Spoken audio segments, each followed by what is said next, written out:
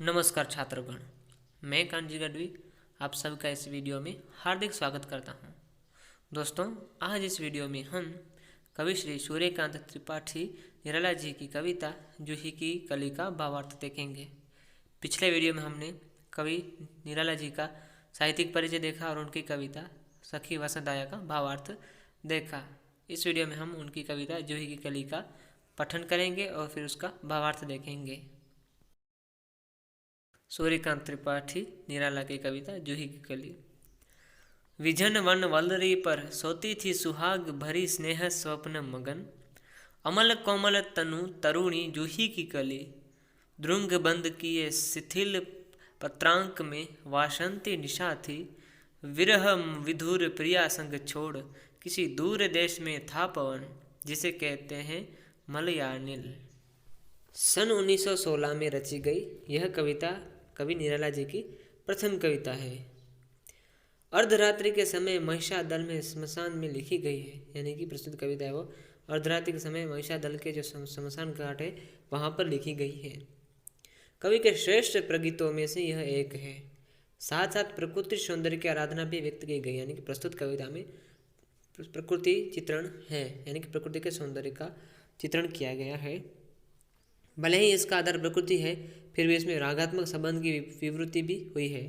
इस कविता की महत्वपूर्ण विशेषता है आवेगपूर्ण सौंदर्य की अभिव्यक्ति। कवि कहते हैं कि अर्धरात्रि की नीरवता एवं निस्तब्धता के बीच निर्जन एकांत वन की एकलता पर बिछे पत्तों की सैया पर वह जूही की कली प्रगाढ़ निद्रा में निमग्न थी। अर्थात वन के निर्जन एकांत में पत्तों पर बिछे सया पर जूही की कली प्रगाढ़ निद्रा में निमग्न है। निर्जर वन की एकलता पर सौभाग्यवती नायिका की तरह जूही की कली प्रिय के प्रेम में सपनों में खोई हुई सो रही थी। यहाँ पर कवि ने जूही की कली को प्रेमिका का रूप दिया है कि अपने नायक के प्रेम में, यानी कि नायक के प्रेम के सपनों में खोई हुई नायिका सो रही है। जैसे जूही की कली सो रही है वैसी नायिका सो रही है। जूही की कली रूपी तरुणी की काया सुकोमल थी, यानी कि जो जूही की कली के रूप में जो नायिका है तरुणी है उसकी काया सुकोमल है, यानी कि सुंदर काया है। प्रियतम का स्मरण कर वह थक चुकी थी और अंत में शिथिल होकर गंभीर निद्रा में लीन हो गई थी, यानी कि वो प्रेमी के इंतजार में, उनके स्मरण में थक चुकी है और थक कर अंत में शिथिल होकर गंभीर निद्रा में लीन हो गई थी। वह अपने प्रिय को विस्मृत करने में असमर्थ थी। प्रिय के बिना उसका मुख अनखिला था। दूर प्रदेश स्थित मलयानिल भी अपनी प्रिया का विरह अत्यंत कठिनाई से झेल रहा था, यानी कि वो अपने प्रियतम से दूर थी, अतः उसका मुख था वो अनखिला था, यानी कि वो दुखी था, उदास था उसका मुख। और उसका जो प्रियतमा था, यानी मलयानिल यानी कि पवन, जो उसका प्रियतमा था वो अत्यंत दूर था। वो प्रणय का जो विरह है उसको भी कठिनाई से झेल रहा था। यहाँ पर जूही की कली है वो नायिका है और जो पवन है, जो मलयानिल है, वो नायक है। अब नायिका है वो वन के एकांत में शिथिल पड़ी हुई निद्रा में है, अपने प्रियतम के इंतजार में थक गई है और वो निद्रा में है। और उसका प्रियतम है जो पवन, वो भी अपनी प्रिया का विरह अत्यंत कठिनाई से झेल रहा है। आगे की पंक्तियां हैं। आई याद बिछुड़न से मिलन की वह मधुर बात, आई याद चांदनी की धुली हुई आधी रात, आई याद कांता की कंपित कमनीय घात। फिर क्या पवन उपवन सर सरित गहन गिरी कानन, कुंज लता पुंजों को पार कर पहुंचा जहां उसने की कली खिली साथ। आगे कवि कहते हैं कि वसंत की रात थी, चारों ओर मादकता छाई हुई थी।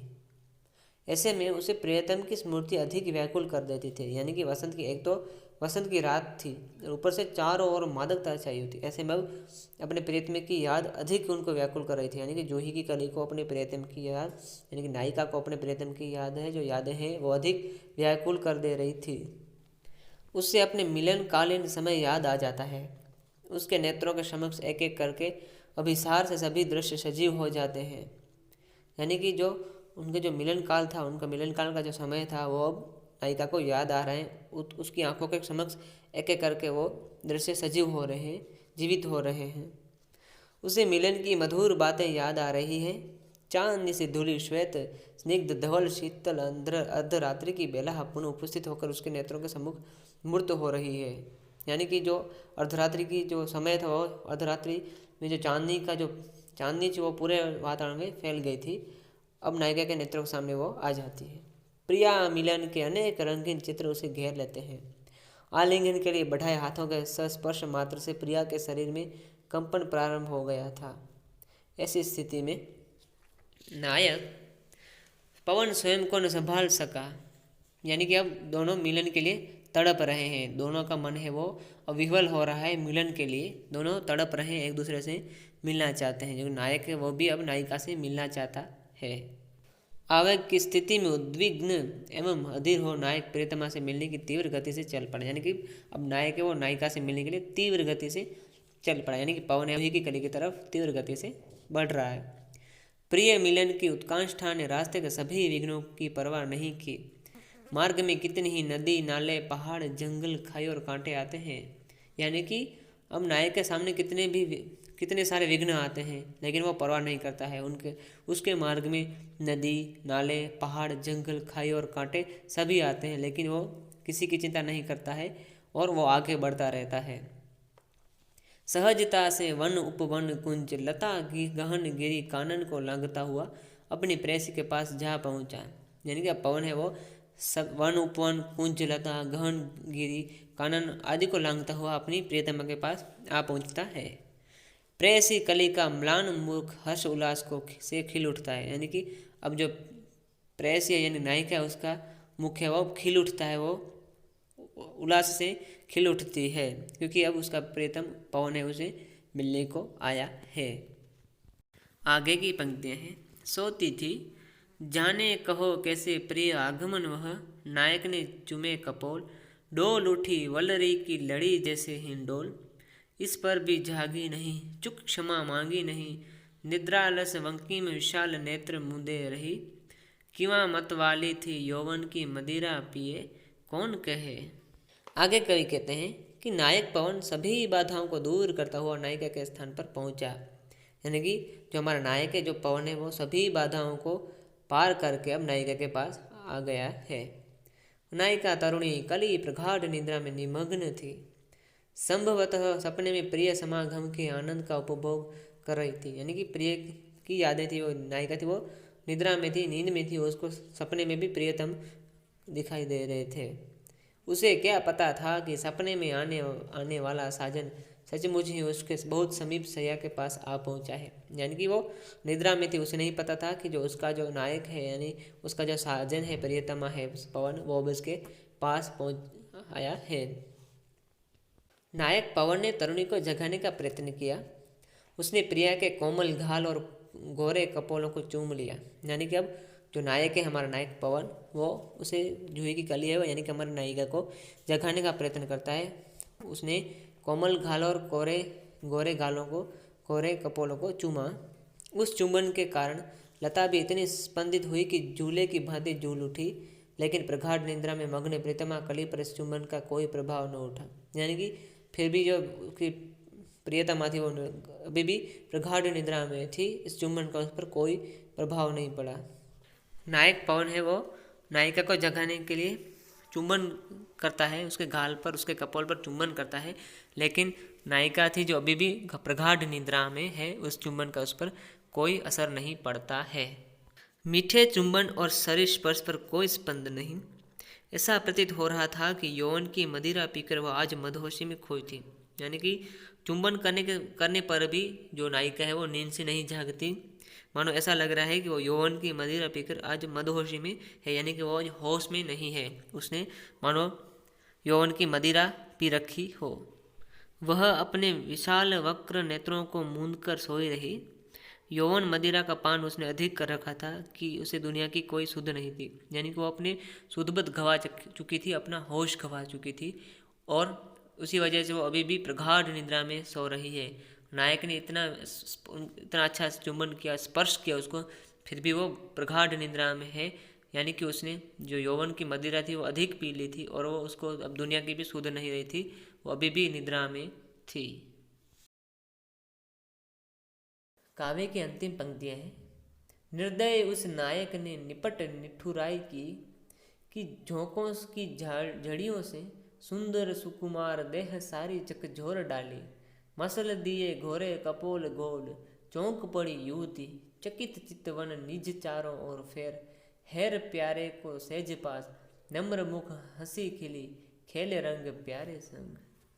अंतिम पंक्तियों में कवि कहते हैं कि नायिका की आंखें नहीं खुली तो नायक अधीर हो उठा, यानी कि नायक तिल मिला उठा, क्योंकि नायिका अभी भी निद्रा में थी। उसने उसके कोमल तन की चिंता किए बिना निष्ठुरता से निर्दयता से अपनाए कोमल आंगी सुकुमारी के सुकुमल देह को झकझोर दिया, यानी कि अब जो नायिका थी उसका जो कोमल देह था, कोमल शरीर था, उसको झकझोर दिया। और घोरो वन स्निग्ध कपोलों को भी मसल दिया, यानी कि इसका जो कपोल था, कपाल था, उसको भी मसल दिया, क्योंकि नायक अब झकझोर अब वो अधीर उठ हुआ है, अब वो तिल मिला उठा है नायिका को जगाने के लिए। अब नायिका चौंक पड़ी, चकित हो अपने चारों ओर चितवन को घुमाया, फिर अपने चिर प्रतीक्षित प्रिय को करीब पाकर रोमांचित हो उठी, यानी कि नायिका जागती है और चारों ओर देखती है और अपने प्रीतमा को देखकर वो आनंदित हो उठती है। अपने सुंदर मुख को सुखाकर प्रीतम के निकट आ गई और फिर प्रिय के संग प्यार के खेल खेलने लगी, यानी कि अपने प्रिय को अपने समक्ष देख वह सुंदर मुख को सुखाकर प्रियतम के निकट आ गई और फिर प्रियतम के संग प्यार के खेल खेलने लगी।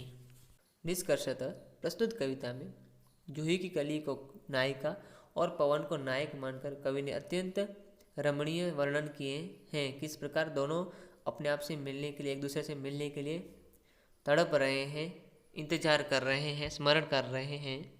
और जब नायक यानी कि पवन है वो जूही की कली से मिलने आता है, पर वो निद्रा में सो रही होती है, तब वो तिल मिला उठता है, यानी चुंबन करता है, फिर भी वो नहीं उठती, तो वो तिल मिला उठता है और जूही की कली यानी कि नायिका के शरीर को कोमल शरीर था उसको झकझोर देता है और नायिका जाग जाती है। झागने के साथ अपने प्रियतम को अपने समीप देखकर वो आनंदित हो जाती है और उसके संग प्यार के खेल खेलने लगती है। अतः यहाँ पर हमारी कविता समाप्त होती है। मुझे आशा है कि आपको यह वीडियो अच्छा लगा होगा। धन्यवाद।